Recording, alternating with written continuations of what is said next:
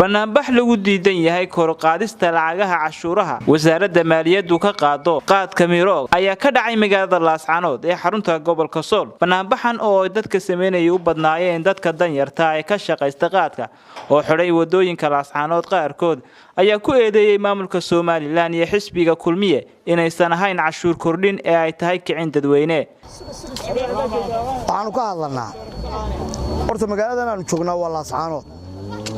annagu Hargeysa ma joogno Burcana ma joogno laguma qaato shilinka Soomaaliland aniga imika mobilkayga lacag badan baa ku jirto laana og markaan marayay bay istaagtay halkan kama shaqayso lacagtaas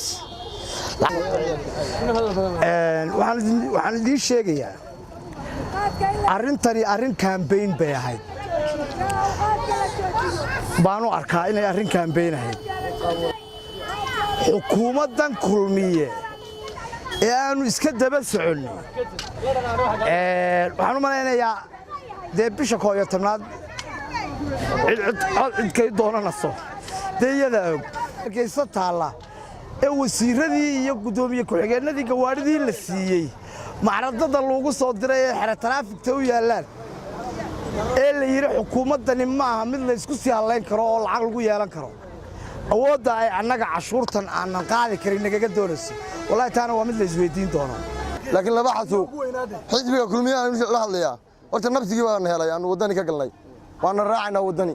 adaana nagu daray ma daaweyna xaajigana daba waday kulmiye aad maanta ku xidheen garoonka dadkii maanta la camal tiray ma camal laan doonaan ama maamulka wareey gobolka ama iyaga wareeya waxa weeye ninkan la yiraahdo Faraton ee lagu haysta ee qaadkii Maxamed Jabutaawi ku qalajiyay Laascaanood oo u dhashay waxa weeye waxa ku leeyahay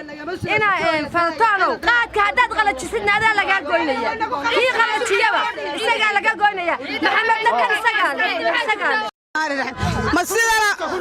masida musabixi codku raba wala waabad naga qaadin موسى وابتو اسكتك موسى واسكتك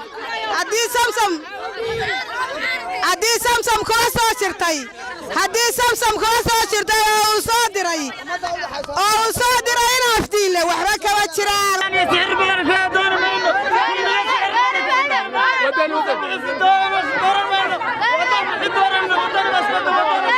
محمد جبوتاوي وريا مشترك يا مدحوينها يا محمد عبد العال ويه سماعنا قرنين أنا كنت كتكلم على دولة مدحوينها يا ويسر لا سعرنا عتكدي مايو عريا كوكاتي عر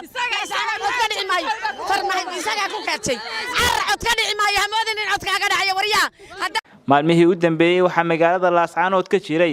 diidmada lacagaha shilinka Soomaaliga iyadoona magaalada Laascaanood aan la qaadan shilinka Soomaaliland Mawlid Ali Star TV Laascaanood